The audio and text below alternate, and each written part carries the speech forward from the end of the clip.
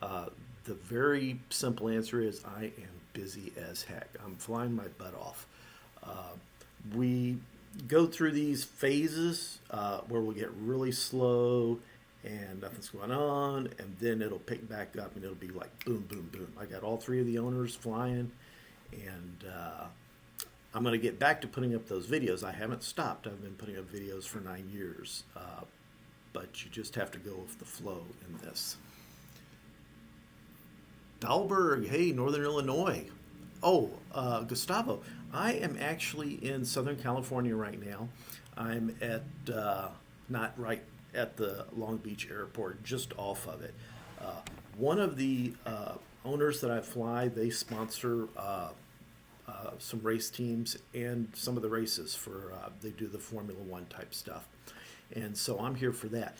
As soon as they finish up with what they're doing today, we are out of here. We're going to run into a problem though, because we're going to be getting in really late, and this airplane is supposed to go into maintenance tomorrow morning to have some modifications done. I don't think we're going to make the 8 o'clock because we probably won't even get home till 1:30. So we'll take the airplane in later in the morning. They'll start later, but then I run into another problem. I've got to drive then from Moline, Illinois down to St. Louis. My daughter's in a school art show and want to catch that. South America, man, New York. Yes, I was in New York probably a month ago at Teterboro. Did a quick trip up there. I love Puerto Rico. It's going by too fast for me to catch all the names. I'm just catching little glimpses. I take that back. I did one trip to Puerto Rico with the company that I just flew with for a couple of days. I'll have to tell you guys about that sometime. It was really kind of an odd experience. But my wife and I have gone to San Juan a number of times and just loved it. Oh, I look younger. Thank you. Shreveport. Yeah, I've been there. DFW. Hey, Drew. Gosh, I used to fly to DFW like once a week, and now it's like once every year and a half. It's really kind of slowed down with DFW. We used to fly 135, or I did, with in another airplane, and one of their very good customers used to go to DFW all the time. Opelika, been there. Sasha Rogers from Russia. Hey, man. Boy, that's a long way. Hope things are going well there. I guess spring is coming for you guys also. I was in Toronto. Hey, Andrew, I was in Toronto probably 3 months ago. Okay, Ryan Sebesma, I'm not sure how you say that. Okay, ask, are there any new airplanes in the future? That is kind of one of the things that's going on. I fly this airplane for this partnership. One of the partners is actually the main guy I fly with. He owns some other airplanes. I fly all of his airplanes. I was talking to him on the phone last week, and he was telling me he was looking at a number of different airplanes and brought up a couple of possibilities of a Sovereign and also a Falcon 2000 and a Challenger.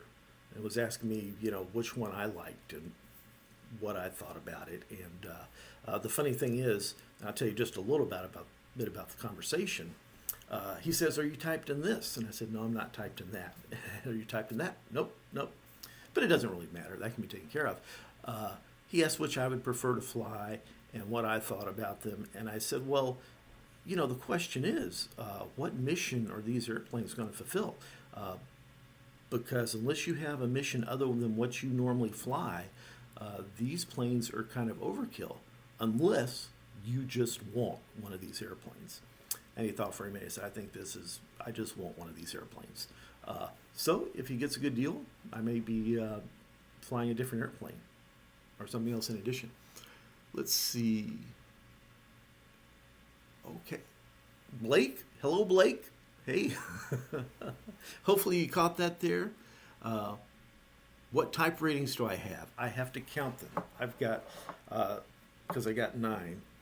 Citation 500 series, Citation 525, that's the CJ, the 510, which is the Citation Mustang. I've got the Citation 650, that's Citation 3, 6, and 7.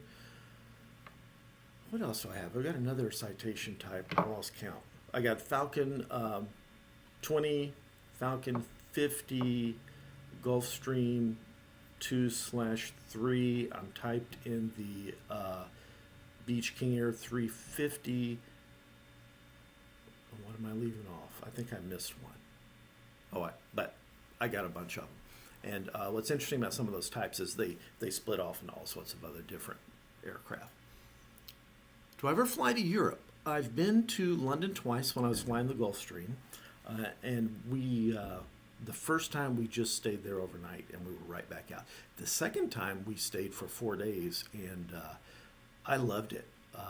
The crew I was with, the flight attendant and the co-captain, they just were not interested in getting out at all. And I started out first thing in the morning, got a map, and I probably walked 10 miles around London seeing sights and stuff. And the next morning at breakfast, they were saying, "Oh, we didn't see you. What did you do?" And I said, "Oh, I went here, I went there, did this, and that." And they were like, "Oh yeah, we want to go with you." So the next day I went with them, and about halfway through the morning, they petered out. They were both heavy smokers, and went back to the hotel. But man, I loved it. I covered some miles, did all sorts of stuff there. Which is my favorite? That's a good question. I like all of the airplanes I fly. When I don't really care for them is when people try to really push them beyond what they're good for. But that's really just trying to apply them to the wrong mission, basically. I can't say I fly any airplanes that I don't like. Nothing really comes to mind. Hey, Drina, how you doing? Hey, Randy. Stephen Lee. Let's see. Got it. Oh, man, 60 pounds of crawfish. Well, I love crawfish. Love them. I'm actually from the South. I'm from Memphis. And my first aviation job was out of Little Rock, flying all over the South, down into Louisiana, Mississippi, Tennessee, all those places. And love the food. Hey, Colin. Let's see. Gustavo Weitzman. How many nights do you sleep at home monthly? It varies a lot. I may have a month where I spend every night at home. This month, I have really had a lot of overnights. And one of the things that's happened is the trips have not been very good trips for taking video because it was always a fast boom, boom, boom, boom type thing. Hello to Pilot Panos in Greece. Greek pilot, cool. My son's been to Greece. Really enjoyed it. Salt Lake City, I have been to Salt Lake City, but it has been a long time. There's an airport just to the south. I'm trying to think of the name of it. That I went in there a number of times. Can't think of the name of it right now, though. Do I prefer short flights or long flights? Okay, perfect trip for me is about a 10:30 takeoff, fly an hour and a half, stop, have lunch, sit there the next day with nothing to do, third day, leave at about 10, fly an hour and a half back. Because I love the 3-day trips where you're sitting in the center and you can go explore, do things. Those are my favorite, but I mean, I don't want you to get the impression that I don't like the longer flights. I do. What gets boring, and I don't put any of these in the videos because the long flights where you're spending 3 hours at 40,000, 41,000, it's boring. There is nothing going on. At those altitudes, you have less radio traffic, really not much to see, and it just kind of after an hour, 2 hours kind of drones on. I mean, we talk, with each other, and that's about it. Sometimes the passengers will come up and talk to us, have a soda, have a snack. You love the chow breaks, man. I love them too. There's Alvin, Texas, Drone Man. Oh, okay, Drone Man. He says, I'm starting to fly in May. Do you have any good student pilot advice? Yes. I've been meaning to do something on this.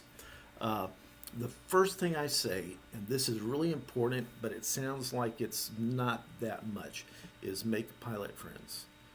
Go to the airport, meet people, talk to them, introduce yourself, tell them what you're interested in to do, ask questions. Because if you can make friends with the local pilots, they're going to be a great source of information, guidance, and possibly jobs as you move forward. The network is so important because they can tell you about jobs that are opening up before other people know. And that's an advantage if you can get that, especially if they're willing to say, hey, Bob over here or Sally would probably be interested in this job. And I've flown with her before. You know, she's a good stick. So that's important. And another thing about flying is if you can save up the money and oh, I gotta look straight at the camera. I haven't been doing that. If you can save the money up in a lump sum, it will cost you less in the long run because you aren't having to redo lessons. That's not very practical for most people. It wasn't practicable for me when I learned how to fly. I mean, it took me 2 years to get my private pilot's license. I had to stop and start. But you can do it all at once. It takes fewer hours and it costs less. Now let's talk about check rides. Because a lot of people get really nervous about these different rides that you have to take. I know it's difficult not to do, but you need to stay relaxed. And if you ever get in a check ride, because you're going to take a lot of check rides if you do it professionally, and you think you have made a mistake and that you have failed that check ride, you need to put that behind you. Because one of the differences between good pilots and bad pilots is good pilots recognize they made a mistake, they correct it, and they put it behind them and don't dwell on it. They're thinking about what's coming with that airplane. So let's say you mess up the steep turns and it was obvious you did what you did to correct it, and the examiner does not say anything about it. Okay, keep going. Just try to put it behind you and forget it and do as well as you can as you move forward through this check ride.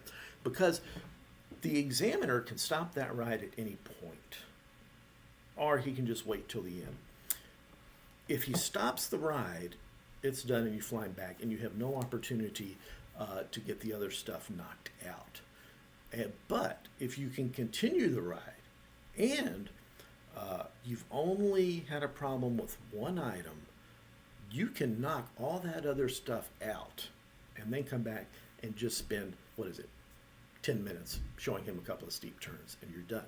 Or he may choose to talk to you afterwards, ask you what you did, what happened, all of that, and he may determine that, you actually passed that part of it. So if you make a mistake, put it behind you and keep going. And the reason I mention this, and I have seen almost every time I've known somebody to bust a ride, they busted themselves. They was like, oh, I did this and that. Yeah, you did, and they can't get it out of their head, and now they mess up the next thing. Okay, so that's my advice. Hopefully I wasn't talking too much and gave you more than you wanted. Oh, the winglets? That's an interesting question. Those winglets disrupt the wingtip vortices when you are in the flare within ground effect, and that reduces the drag and gives you a lower landing speed by a few knots. But it also does something else in flight, and it still reduces the drag on the wing, because as that vortice spins off, that winglet disrupts it and it reduces the drag. So you can get up to a 10% efficiency increase with flying your airplane from those winglets. The M2 has winglets, but it's my understanding that Cessna says that those winglets are just aesthetic and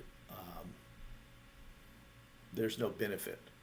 But my guess is, it's hard for me to think that there's no benefit at all. I'm guessing that they probably just didn't want to go through the recertification. Have I ever failed a check ride? Yes. I failed my check ride with the CFI, my initial, and that was with the FAA. When I took mine, that was early 90s, and it was required that you go to the FAA to do that. I knew 5 minutes into that oral, this guy was going to bust me. But I kept going. I kept pushing. And at 12 o'clock, the guy said to me, okay, well, it's 12, it's lunchtime, and next time you come, we're going to work on this. I want you to do the flight plan. So what he actually busted on me on was the planning. Lesson plan for a student, for a maneuver. I can't remember what it was. But I knew from the questioning and how it was going from the very beginning that this guy, that's where it was going. And I did everything I could, but he busted me 4 hours later. Then I came back the very next morning, went out and did the maneuvers, and got it. It's just one of those things. Got to put it behind you. Time to switch brands from Cessna. I'm a big fan of Cessna, but I like the other airplanes also. I'd love to fly a Falcon 2000. One thing I have to say about the Cessnas, because I got a lot of Cessna type ratings, is when you stay within a brand, moving around in type ratings, there's a lot of commonality in how they label things, where they put things, what the stuff does, in systems. Aircraft manufacturers like to, when they find a system that works, they like to keep it and move it to other airplanes and then build upon that. Gosh, I'd also like to fly I'd like to fly Gulfstreams again, though. Those were fun airplanes, big airplanes. The only problem, here's the thing about a big airplane that you got to remember when you go looking for a big airplane job. There's a saying in aviation that the number of steps equal the number of nights on the road. So the number of steps on the stairway up to the airplane is how long they stay out on the road. And the Gulfstream had a lot of steps. It had 7 or 8 steps, and that was kind of true. Yeah. Let's see. Mrs. Moonbeam, hello. I see a big happy face there. Phenom 300s are nice. Great. You know, I've never flown a Phenom. There's a Phenom 100 in the hangar with us, and I've talked to the guy, but never actually flown one. Looked around in it, that's about it. I don't understand that one. Do you like flying during sunrises or sunsets? Okay, everybody hates this that flies. If you're going out for fun, you can just plan around it. But if you're flying professionally, the takeoff and landings that you're going to hate the most are the ones that are straight into the sun right before it sets. If you're landing to the west and the runway lines up with the sun that's setting on a clear day, it is just like straight into your eyes.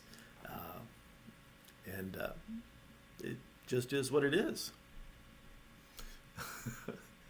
Dennis Massey, hey, how you doing? Sarasota, been there a lot. My favorite single engine piston would have to be a Cessna 152. And that was because I spent so much time in 152s. I just liked them. They were fun airplanes. And, you know, I'm not a big guy, so I'm not cramped in it like some people are. When I was a full-time instructor, some people would fly the 172 just because they were larger and needed the extra room. But the 152 was a lot of fun, and that airplane has been around for a long time. Long time. Randy 9 type ratings. Let's see. What are my hobbies? Making videos. I like to read. My number one hobby would be making videos. I enjoy making the videos. I enjoy sharing them. And I've been doing it for a long time now. I made videos before I put them up on YouTube for the first time. That was like 9 or 10 years ago. Hiking. I like hiking. I like riding a bicycle. Gardening. What else? I can't think of anything else. Shooting. I'm a shooter. Okay. Don't crucify me for that, but I am. Let's see. Do I fly aircraft for fun still or just commercially now? Edinburgh, cool. Uh, I have only flown airplanes for fun in my life uh, after I got my commercial certificate, maybe 2 times.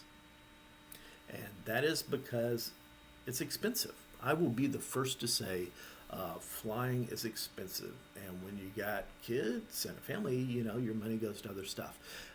But also, for a large part, if you fly commercially and you fly a lot, your need or your desire to fly tends to get satisfied too. So, uh,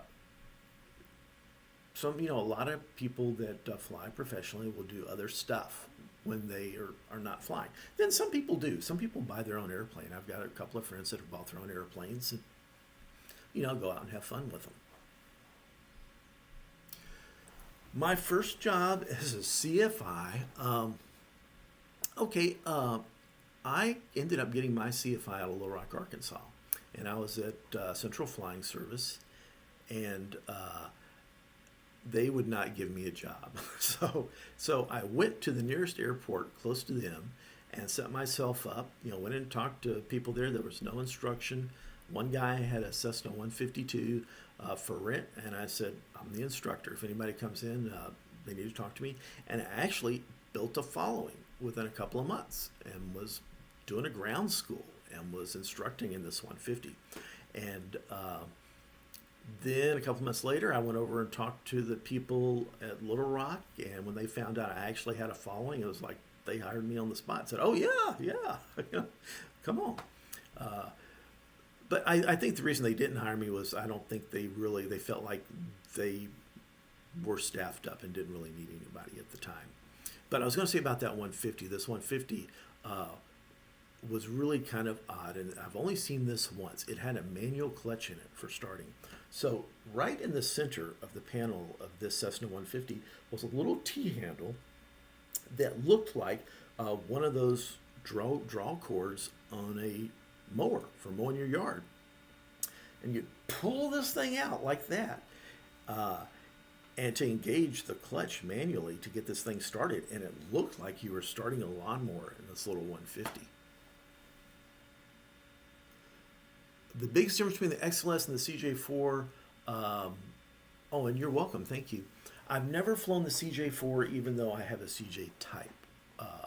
The only CJs I've actually flown were the first CJ, the original CJ, and the Citation M2. The XLS is obviously a bigger aircraft than the CJ4. It's, I don't know if it's faster, because I couldn't speak on the speeds for the CJ4, but we have a stand-up cabin, we have a stand-up lav, we have a lot more baggage space. We can carry 700 pounds in the aft baggage. And those are probably, one other difference is since it's an older airplane, the XLS, the avionics in the CJ4 would be newer. So I'm assuming they have, upgraded avionics in that airplane.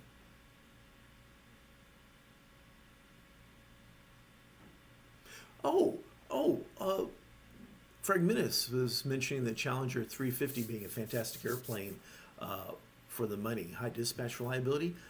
Frank Minnis, that was the airplane that, one of the planes that he had mentioned that he was thinking about. But a lot of it's money.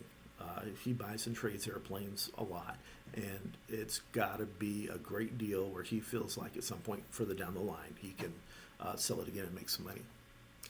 Yeah, XLS has thrust reversers. Good point. Yeah, I didn't think about that. Thanks, Andrew. Let's see. Have I flown overseas professionally? Just a couple of trips to London and down into the islands, St. Martin, places like that. But I've never spent any time. In fact, I've never been to Europe or Africa or any place like that. Yes, I flew for a regional. I flew for TW Express for a couple of years in the early 90s in an Embraer 120, and those all got sold off. You're welcome, Drone Man. Happy to help. Coolest feature of the Caravan. Guys, jets are cool, but people ask me all this all the time, do you like flying the Caravan? I love flying the Caravan. It is a fun airplane to fly.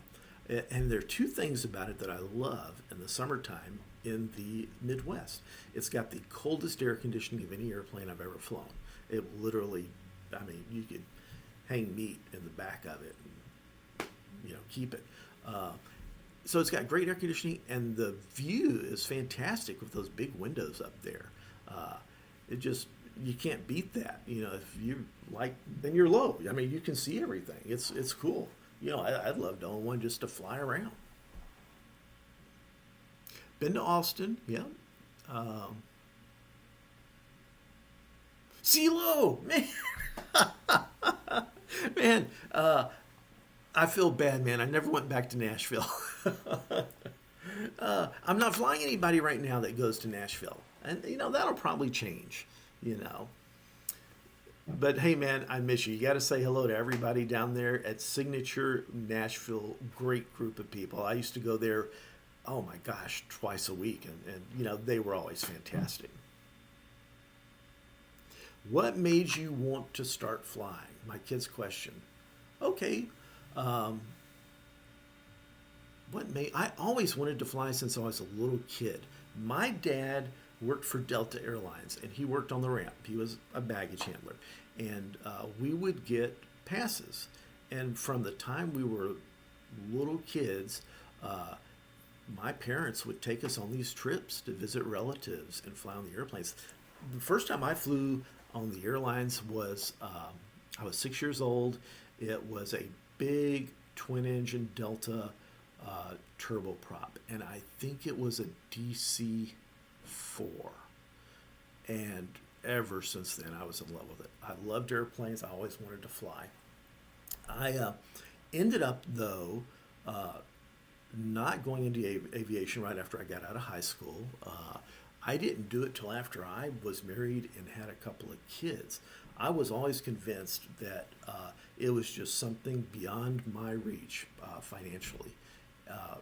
And it took a long time to do it, but eventually I got a job, and moved from one job to the next, bigger airplanes, faster airplanes, making more money.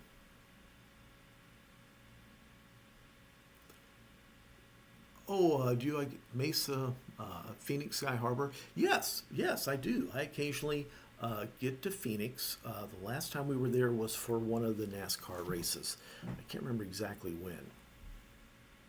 Ever done aerobatics? No. Other than doing spins, for CFI spin training, which we did in 152s when we were doing that. But I've never taken an aerobatic course. I think it'd be a lot of fun. That's right, low and slow Cessna style. That's a lot of fun.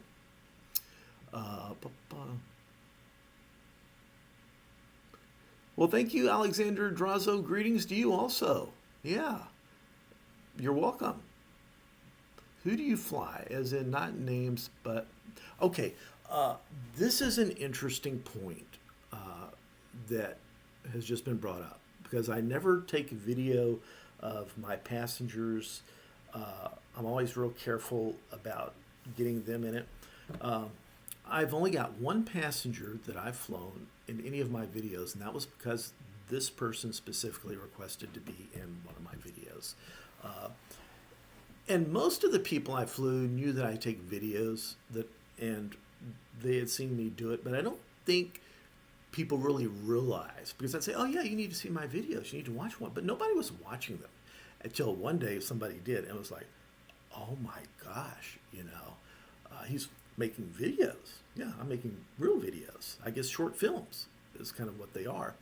But I always thought like I should respect the privacy of the people that I flew, and because that's one reason why they have private airplanes. Okay, now that brings us up to today.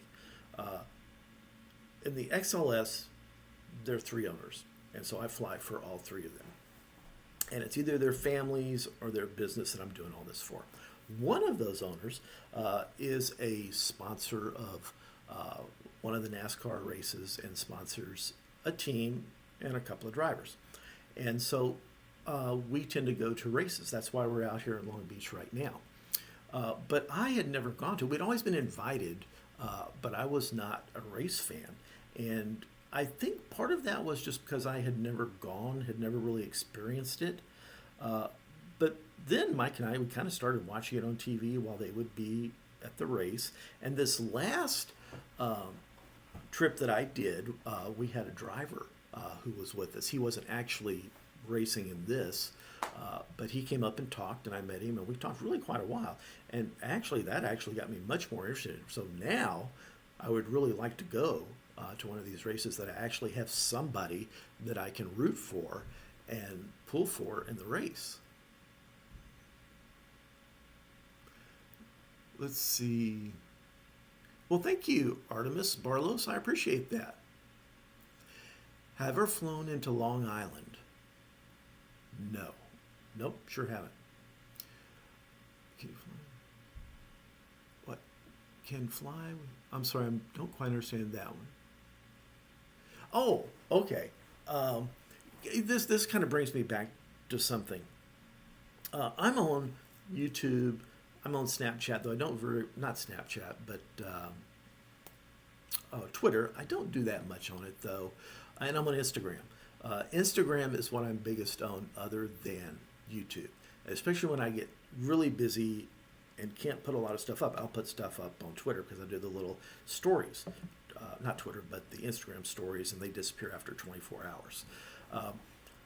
But I get a lot of stuff, and it all gets fed back into my email, and I get hundreds of emails, and I miss stuff from you guys. I apologize.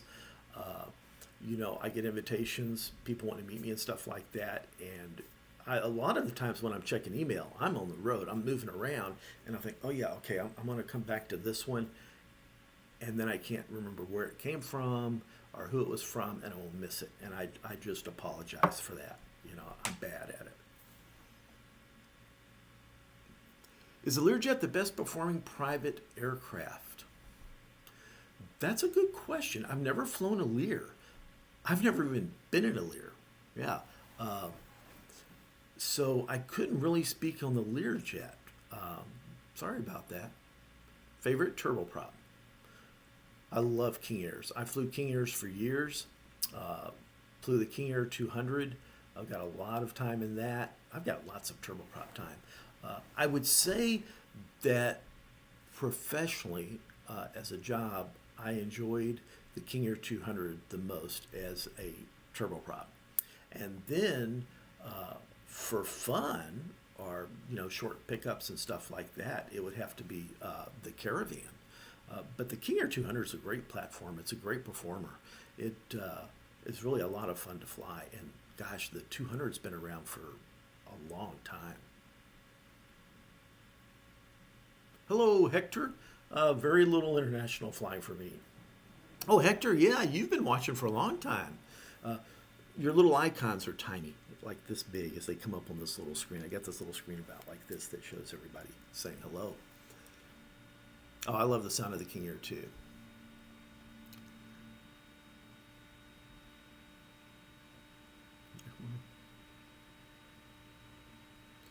Okay, I would like Luigi Salvi. It scrolled by too fast for me to finish reading the question. Meet up with Premier One driver Steve One Knievo. That would be a great video. That would be a lot of fun. I noticed, because I watch their videos also, and they do some great videos, these guys. I noticed they're at Sun and Fun right now. I have never been to Sun and Fun. I have never been to Oshkosh. And the major reason is I've always been working. I'd love to go to something like that and meet up with some of these people and make a collaborative video. But it's kind of difficult also because when you think about it, our schedules are so different. They're driven by other people and their trips and their needs that we're trying to satisfy. And in all honesty, I wouldn't know what to do in a TBM. That is a single engine, very sophisticated aircraft. It's amazing how that technology has been driven through the years and what you get now and what it costs. Also, I've got a friend that flies them and he loves them. And it's pretty cool, pretty cool. But then, how can I get them involved in what I do? Because you have to have specialized training for it, too. So I've always thought, okay, if we ever met on the road, what would we do? Have lunch? I don't know. You'd have to be imaginative, or I would. Thanks, Connor. Appreciate it. More food in my videos, I slowed down because I was getting so many people saying, "Oh, you're going to die. You're going to." Well, yeah, I am going to die, and you're right. I mean, yesterday I ate a pint of ice cream, in the hotel, and sat and watched the race. It wasn't a pint, but it was one of those Haagen-Dazs things like this. Man, it was so good. Okay, I'll throw some more food in there. How many hours do I have? Okay, I've got to look. 14 or 15,000. Now, Mike has more hours than me. He has got a lot of time. No sovereign time, no latitude time, no citation Tim. I'm just at a deficit when it comes to those. Hello, Brian. What's Mike's background? Okay, Mike has a very interesting background. He was an Air Force pilot, and in the Air Force, he flew the Air Force heavies, heavy haulers, not the C-130s, but the jets. And he also, for a while, flew Gulfstreams for I think it was during the Reagan administration. It was basically Air Force Two for people other than the president, family, Secretary of State, stuff like that. So he retired from the Air Force and he went into the airlines and he flew DC-9s. Then he retired from the airlines. Then he worked for flight safety. And then he left there and he flew with me at a charter company that I was working for. And we flew a lot together there. And then when that company was sold to the employees and all the fixed wing left with the owner, or no, actually before, when the Citation XLS came online, he just flew the XLS with me. But he has lots of experience. And he's a lot of fun to fly with. He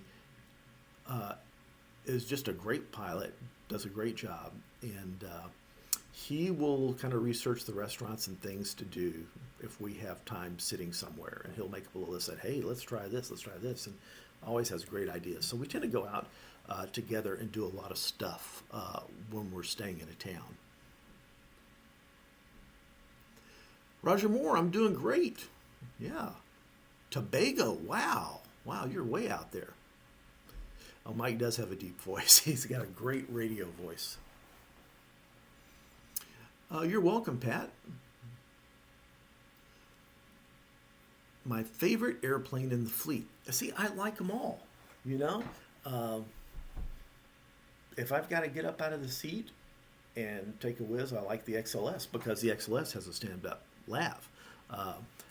If it's a flight out to Salina, Citation M2 is a lot of fun. It's a single pilot jet. Caravan's fun.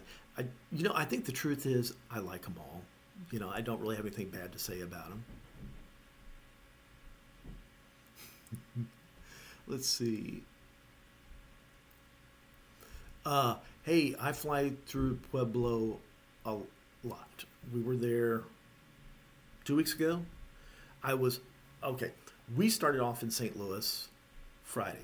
And the forecast for Pueblo, we were going to stop there for fuel because that's where I would have stopped because it breaks the trip up nicely. 2 hours and then 2 hours. So you get a nice bathroom break. Everybody get up, stretch their legs. The fuel's cheap. They do a good job, fast turnaround. But the forecast was for winds gusting above 50 knots. And it was the steady winds, I think, were 40. It was going to be aligned with runway 36, but I thought, you know what, if I have other options with 50-knot winds, I don't need to be going there. So we changed our fuel stop an hour and 7 minutes out, which was Salina, where they get cheap fuel, and also they are accustomed to these flights coming by and doing a quick turn for fuel. We still had winds. They were gusting to 30-something, but much better and fairly aligned with the runway. So we stopped there instead of Pueblo this time. And then as we were flying by Pueblo, I just thought, you know what? I'm going to check the winds down there on the ATIS and see if they match the forecast. Sure enough, they were gusting in the 50s. And not only that, the runway that we would have landed on 3.6 was closed. And that was not in the NOTAMs. So I'm assuming maybe somebody dinged up an airplane, landing it there with the high winds, and the runway was temporarily closed. So it's a good thing we went to the other place. Mac, hi. Hey, good to see you from Dublin. Well, thank you. I do have a very nice family. I've got a great wife. Very supportive she is, yes. Well, I appreciate that. Thank you. This is my first live stream, and I didn't even know it was working. I don't know how long it was on here. I want to do more of this, but I think there's a bit of a learning curve, so I'm going to have to kind of figure this out as I go.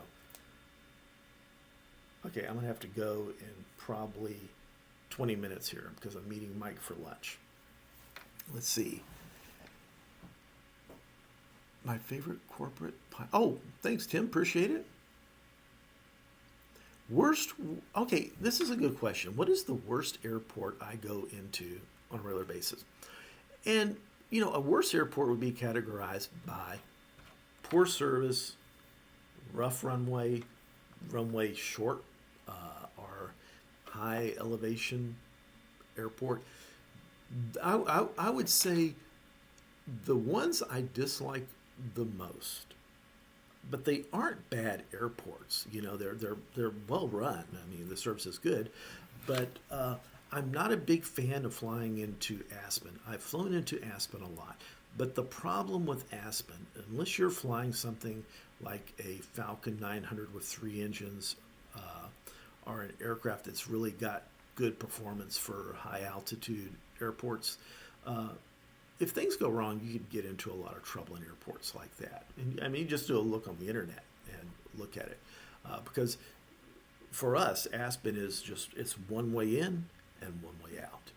And if you lose an engine, yeah, you could be in a world of hurt there.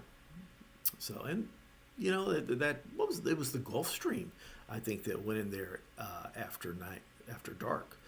They were delayed and made the mistake of doing a circling approach after dark, and I think they hit the granite face there. Very unfortunate situation. Telluride. Oh, I haven't been to Telluride in years. Telluride is one of the highest elevation airports. I think it's number 2 behind Leadville, and I've been to Leadville also.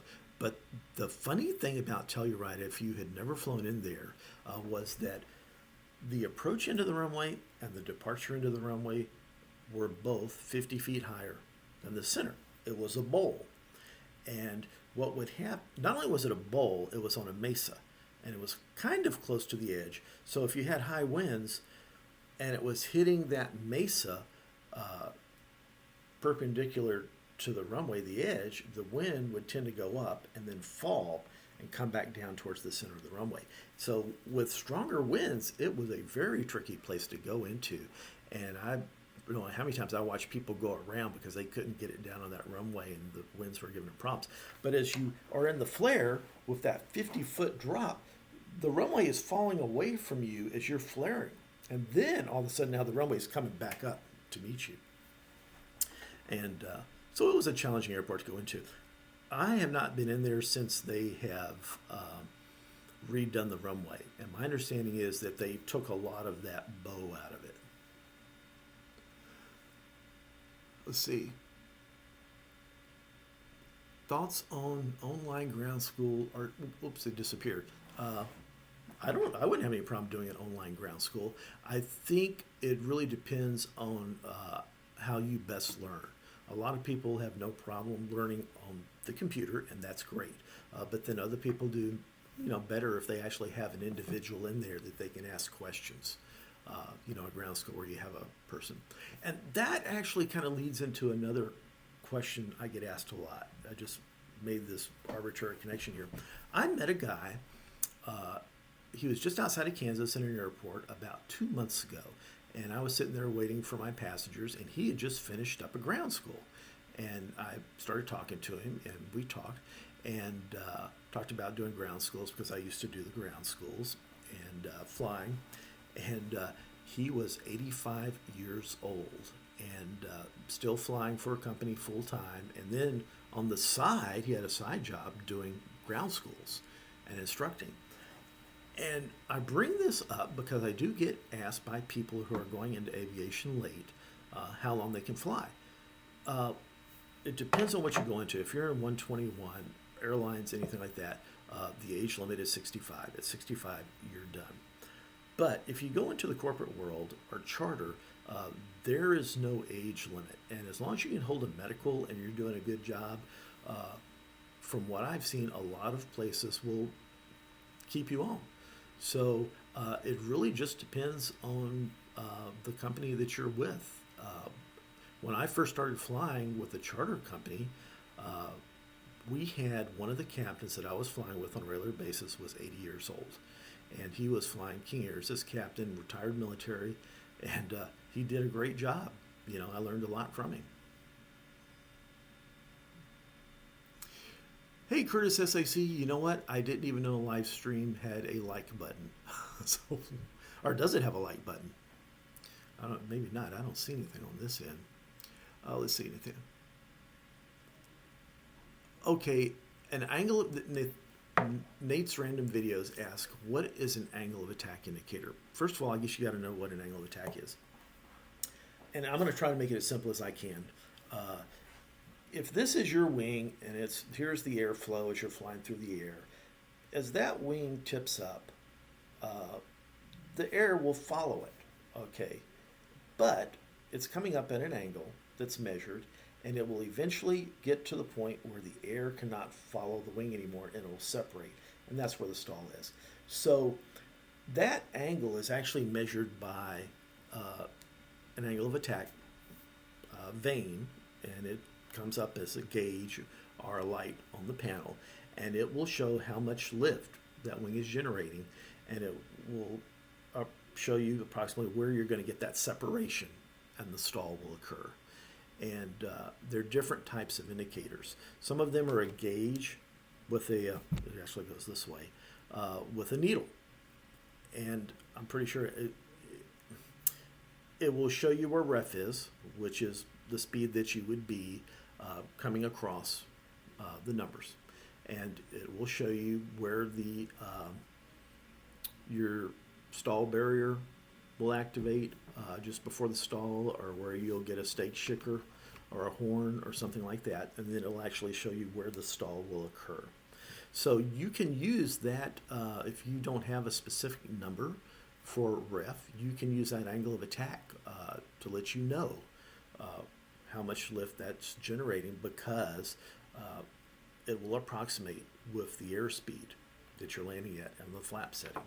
And I'm not sure I really explained that in the best way, but I hope it helped. Let's see. Blizzard warning here. Hey, Sean, where's the blizzard? It's actually pretty nice here. Let's see, Rafael. Oh, here's a Patreon supporter. Thanks, I appreciate it so much. I wanted to say something about the Patreon, because some people have been very generous, and I don't want anybody to feel like this is something that they have to do. The original reason I even started it was because I was getting so many requests from people who just wanted to send something because they just really appreciated, the fact that they could watch the videos and had enjoyed watching them. That's what it really is for. And then I started putting some videos up there that were taken from the vlogs, and they were the full 20 minutes or something like that. And I would let them sit there for a couple of months, and then I would release them to the YouTube, as an ATC video or something like that. And I'm going to be putting more stuff up there. Like I said earlier when I started out, the problem right now is I've just gotten so busy with flying. And what's going to happen now is, as soon as this airplane goes into maintenance Monday, the next morning, my wife and I are leaving on a driving trip. And then I will come back and immediately go into flight safety for training. And But at that point, then it looks to me like everything's going to slow down again, and I'll get back to my normal um, rhythm of putting stuff up. And I'll say it again. I'll put a lot of stuff up also on Instagram, little Instagram stories and things like that. Uh, but maybe I should put more of the ATC videos up there. I get kind of mixed reaction on them. Some people love them, some people hate them. I think it just really depends on what people are interested in. And I'm always asking myself, what kind of stuff should I really put up here? Um, you know, when I go on vacation, should I put that up there? Because originally this channel was not an aviation channel. I mean, it was a family channel, and I took some cruises with my wife. I got cruise videos up there, and I got some really bad videos, and then it gradually morphed into what it is right now. But and eventually it'll grow and expand, and other stuff will be added. Dan Cornish, hey, how you doing? Why only $1 for Patreon? That's a good question. I think I think it's fantastic that somebody would actually be generous and would give me $1 or $5 for Patreon. But I don't want people to ever think that if nobody were giving me anything on Patreon, that I would not create the videos. I enjoy making the videos. I enjoy sharing the videos. I make some money from Patreon. I make a little money from the AdSense. But I'm not really doing it in the end for the money. I'm doing it to share with you guys, to share with you my experiences, to give you a glimpse into the world of this type of flying and what it's like. And then when I'm not flying, I tend to throw in some stuff also, but not as much as the flying vlogs. Let's see, where do you get a cup of coffee for $1 other than McDonald's? Hey, don't knock McDonald's coffee. Actually, I get coffee free in the FBO. Most FBOs have coffee, but that's a good point. I really, like I said, I put that on there, to give people an idea that it was there that did want to do that. I love the free time footage when your plane comes to a location. Oh, thanks. Appreciate that.